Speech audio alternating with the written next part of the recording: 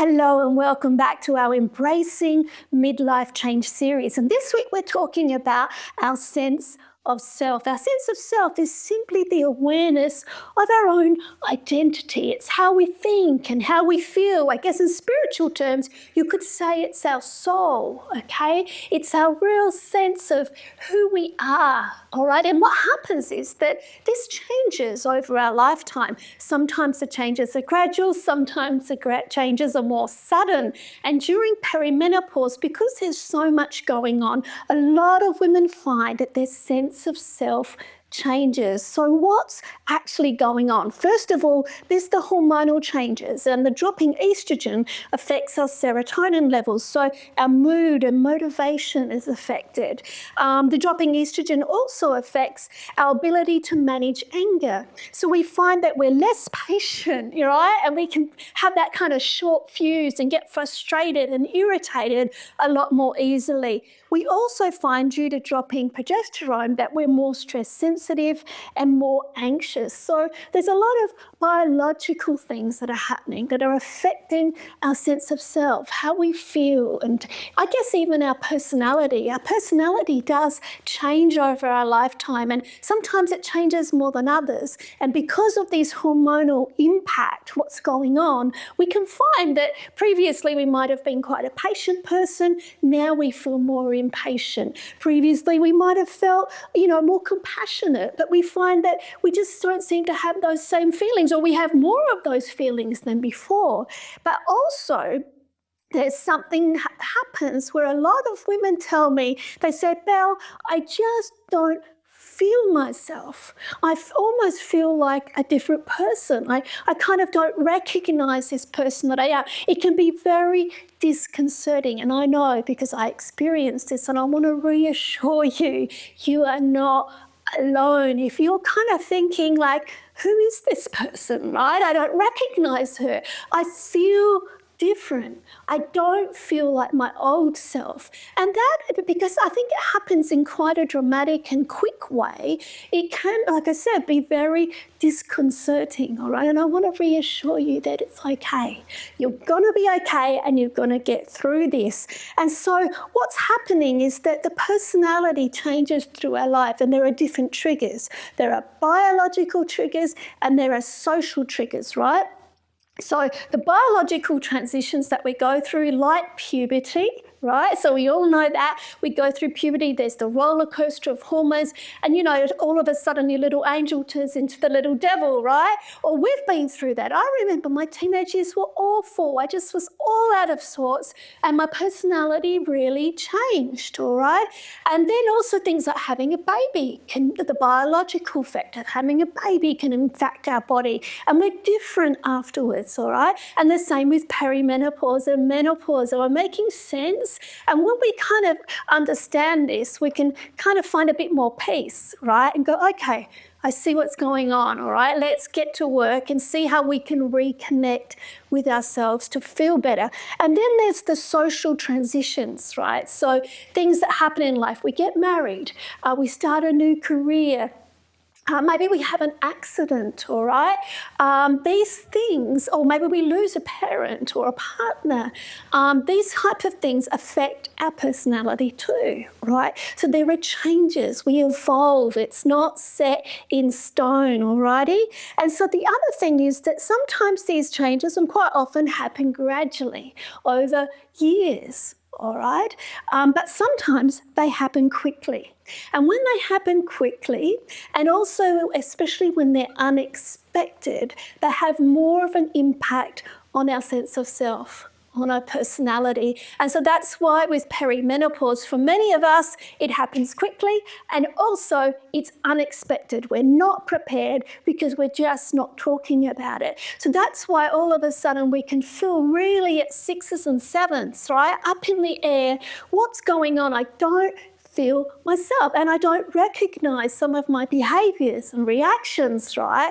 Things are changing, and everything, your body's changing and you're changing. No wonder it's such a difficult phase of our life. So why is this conversation important? It's really important to feel connected with ourselves. And all these changes and not feeling ourselves disconnects us, right? When we can connect with ourselves, it's really grounding, it's reassuring, right? That we're not going crazy, that we're going to be okay, that we can accept the new person that we're becoming, right? And find ourselves at a sense of peace, and we can embrace, right, the new person that we're becoming. These emotions are really important. And I know that, and I can reassure you and just want to share from a personal experience that I really have changed. I'm a different person now than I was prior to perimenopause. I've come out the other side, and there are many things that are different, right? I am definitely more compassionate, right? I'm more patient. I'm more caring. And what else changed? I think kind of, I don't know, like not caring so much what people think.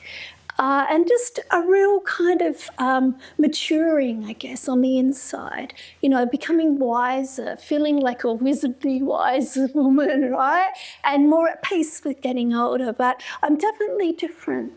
Some of that kind of gung-ho, go for it, I'm going to kick in some doors and change the world, that's mellowed out. Right? And it shifted, the energy shifted to a more heartfelt compassion, for people, It's interesting, we're all different, right? But I want to reassure you that, because you're changing, it's not a negative. But if we feel afraid and worried and anxious about it, then it does become a negative, right? We need to turn it around and go, hey, this is normal. I've been through many changes in my life. I've had an evolution. Yes, this has happened quickly and it's unexpected, but it doesn't mean that I can't make my peace with it.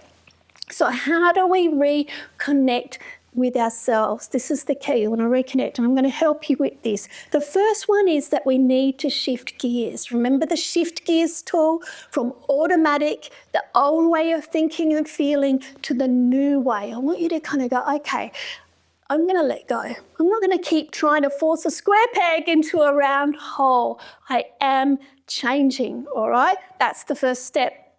Then we need to let go of unhealthy coping habits. So what happens is, as the stress of all the changes creep in, biologically, socially, we're not feeling ourselves, then it's really easy to depend on unhealthy coping habits. And let's just talk about a few of them. The first thing is distancing ourselves from our emotions. That's that disconnect, all right? Where we kind of separate them out and we just kind of, I guess, what's the word?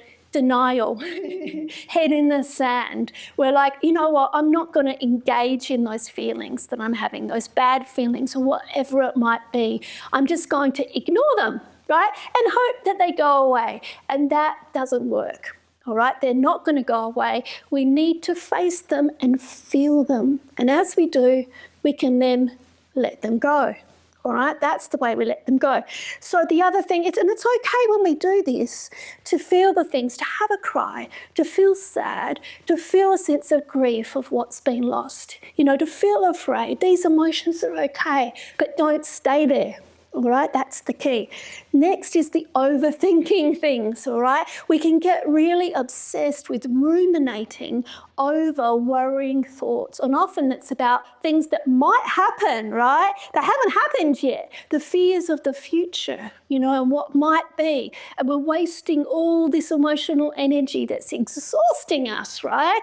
Don't overthink things. Another coping strategy is avoiding the things that make us anxious, all right?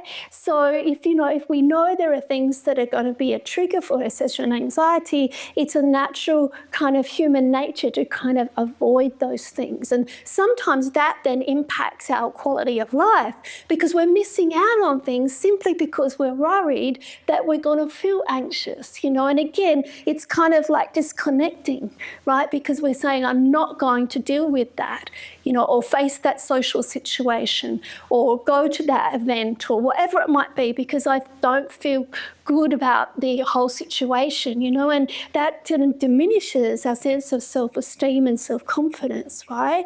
So it's facing things and being able to use some of the tools that we're talking about in this series to cope better with those situations.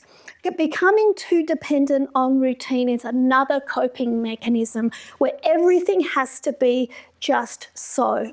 And if it isn't just so, then, the apple cart's fallen over, and the day's gone down the tubes, right? Just because I didn't get through my routine the way I normally do. Routine is good. Some routine is good, right? Comfort and reassurance and minimizes the amount we have to think. But when it becomes obsessive, like it has to be just this way, and it may be only a certain part of your life that has to be that way, right? It's a sort of a coping thing of having this high degree of control, right? So to just recognize it and go, hang on a minute, it's okay if it doesn't all go exactly to plan.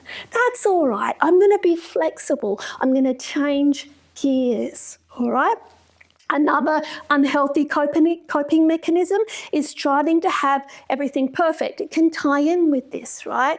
So getting anxious if everything isn't exactly the way it needs to be. Obsessing about details, whether it's making a cake, a meal, doing something, doing your hair, whatever it might be. Getting just, if it's not perfect, right, you feel like things are amiss. And you feel unsettled and uncomfortable. Again, it's placing too much emphasis on it having to be perfect. This sense of control is a coping mechanism because you're not feeling in control because of all the changes. Am I making sense? And then the last one is over-reliant on others' approval. And we all like to get approval and affirmation, right? But if we're constantly needing to ask others for affirmation, do I look okay? Is this okay? What do you think? What would you do? Feeling really dependent on getting everyone else's affirmation or ideas or thoughts or approval all the time, right? Again, it's a coping mechanism because we're not trusting ourselves, because everything feels different. And so, okay, this is big stuff, right? And you may, identify with one or two of these things here. And just identifying that awareness is the first step to making some changes, just to reducing the dependency on these things and recognizing, hey, this actually is a coping mechanism, number one. Number two is, what can I do to start reducing my dependency on some of these things so I can start coping in a healthier way? So how do we do that? How do we cope with what's going on in a positive, healthy way that helps us reconnect with who I are? So the first thing is to ask yourself, how do I really feel? Alrighty, this is so important. I mean, it's so easy just to go along on the the highway of life, and just kind of have the blinkers on and not really be aware, self-aware of how am I really feeling deep down? Am I happy? What's happening? Why am I feeling sad? Why am I feeling frustrated? Why do I feel irritated every time my husband says X, Y, and Z? It doesn't make sense, but why am I? There's a reason why. And do some thinking about that. There's even a little app, I'm going to put the link to it. I think I'll come to that in the next tips about how to monitor your moods, right? So you just become a little bit more self-aware. And as you tap into how you feel, let yourself feel those emotions. It's okay. Alrighty? And the next thing is accept your thoughts and emotions without judgment.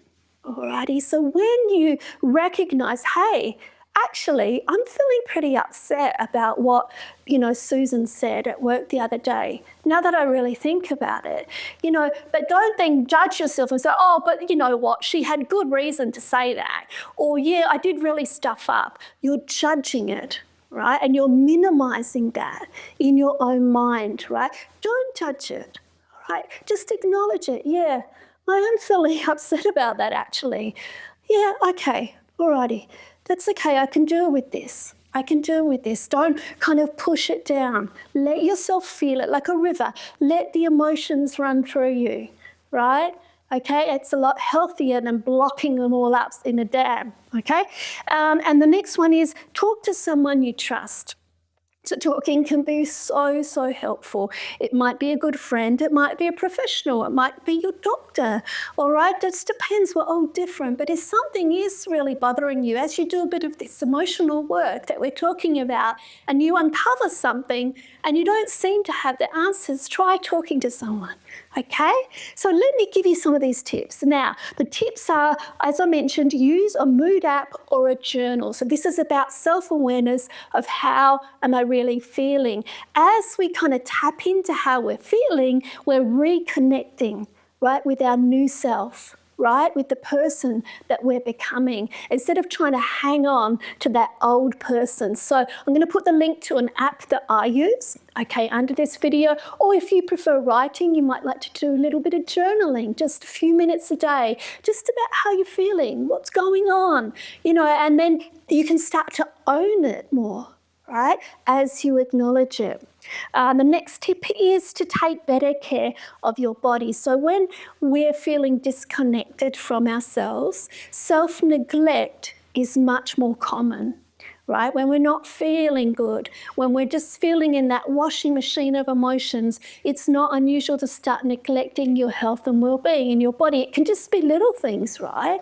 But you know that you're not taking care of yourself like you used to. So just the simple act of taking a little bit better care of yourself, and that's why the program is obviously so powerful, and you're already motivated because you're here, is very healing, and it helps you to reconnect with you, okay?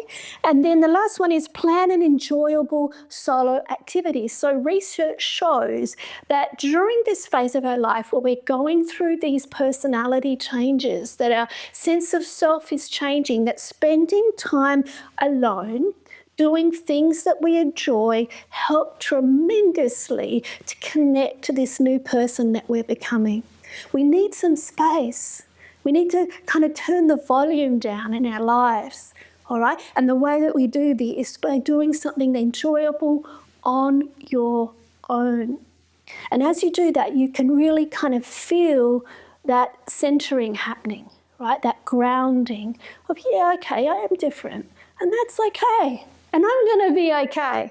Alrighty? So traps to avoid. First of all, judging yourself. We talked about the judging thoughts. Don't judge yourself, right? When you find yourself responding in new ways, different ways, maybe your values have changed, right? Maybe you're not as patient as you used to. Don't get down on yourself. Don't judge yourself. Just go, okay, I'm changing. And that's okay. Give yourself permission to change, right? Don't suffocate it, because that's unhealthy and unnatural, and it's only going to lead to feelings of feeling more disconnected from the real person that you are. The second thing is the pleasing others, all right? Now this can be where, as women and society and so on and so forth, we're used to kind of being in that role of, our role is to make sure everyone else is okay, right? And pleasing them, and this phase of our life is coming into a new age of empowerment where it's important to please ourselves and value what's important to us and make sure our needs are being met, because often no one else is going to unless we do, all right? So we have to take some of this energy that we've been giving out to everyone else and put it into ourselves, all right? So don't feel like you have to get everyone else's approval and affirmation and be there pleasing everyone else to the extent of neglecting your own needs. Right? You're important, right? You're valuable and you're precious, and you deserve to be putting time and energy into you. Alrighty, so the next steps for this week are, during the week, ask yourself, how do I really feel? It sounds silly, doesn't it? I know it does, but it's really important just to pause and stop. Go, hey, how am I really feeling right now? Write a little bit of a journal, put a little note in your phone, use the app that I've talked about, and you'll be surprised at what comes up when you actually pause and become self-aware. It's this mindfulness thing that's, everyone talks about mindfulness, right? But there are many ways that mindfulness can be applied, and it's just simply, how am I feeling right now? where I'm at in my life, and you'd be amazed at what you discover when you actually put a little bit of conscious time and energy into this. The next thing is to think about how your unhealthy coping habits, and choose to work on one. All right, so we went through some of those. You probably got something top of mind. Maybe you've made a little note. Maybe go back and watch the video and just focus on that this week. Just think, okay, I'm just going to relax a little bit, whatever it might be, and try to kind of go with the flow more. Not try to feel like I have to use this coping mechanism as a way to feel better. And you'd actually be surprised that as you just let go a little bit, right, you actually feel heaps better than you did trying to hang on, right, to that old way. Remember the shift gears? Alrighty, you can do it. I know you can do it, and you'll be amazed what a difference it makes. And then 3, think about something you enjoy doing alone and plan to do it this week. Now, it can be just the simplest of little things. It can just be locking yourself in the bathroom and doing a little aromatherapy bath, going for, a 30-minute walk in the bush or the forest, or the botanical gardens, doing something different at lunchtime at work, something that you would enjoy. I mean, it could be just looking at jewelry. I mean, there's so many different things, but it's you alone. That's the key. Because as you do that, you tap into that, your soul, right? The essence of who you are. The fact of doing something you enjoy is the key word, kind of helps to nurture that new person that you're becoming. Does that make sense? I hope so. Alrighty, so remember, it's really important, this work that we're doing, to become more aware of what's going on the inside, become more aware of our sense of self and our sense of identity, and not to feel stressed that we are changing. This is natural and normal. And if we work with it, right, in harmony with it, we can feel at peace, and we can be prepared to embrace the future as a new beautiful woman that we're becoming. But if we kind of are in denial and hanging on to the old way of thinking and feeling and using those unhealthy coping mechanisms to manage the stress, because there's this sort of disconnect, right? Because things are changing, but we're not embracing it. And so there's this tension, and that tension is causing stress and anxiety. But if we kind of relax and go, you know what, this is okay. I'm going to come through this, and I'm actually going to come out, and this is the research shows, a happier, wiser, empowered, more confident woman after going through these midlife years. It really will happen, and you'll be amazed, and you'll be able to embrace all the goodness of life for many, many years to come. So I hope you found this episode helpful. Make a few little notes. Remember to do your homework this week, and next week we'll be back talking about changes, how small daily changes make a big difference in our life, and how to navigate them in a way that's very positive. Alrighty, and then the week after we're talking about the big changes in our life. So we've talked a lot about what's going on with our physical body, our mind, our sense of self. Next week we will talk about small change, then we'll be talking about big changes. All right, so I hope you're getting a lot out of this. If so, leave me a comment below the video, and I'll see you next week. Play the next episode now or view the full series. For menopause nutrition plans and coaching support, join my YouTube members area. You'll find the link below this video.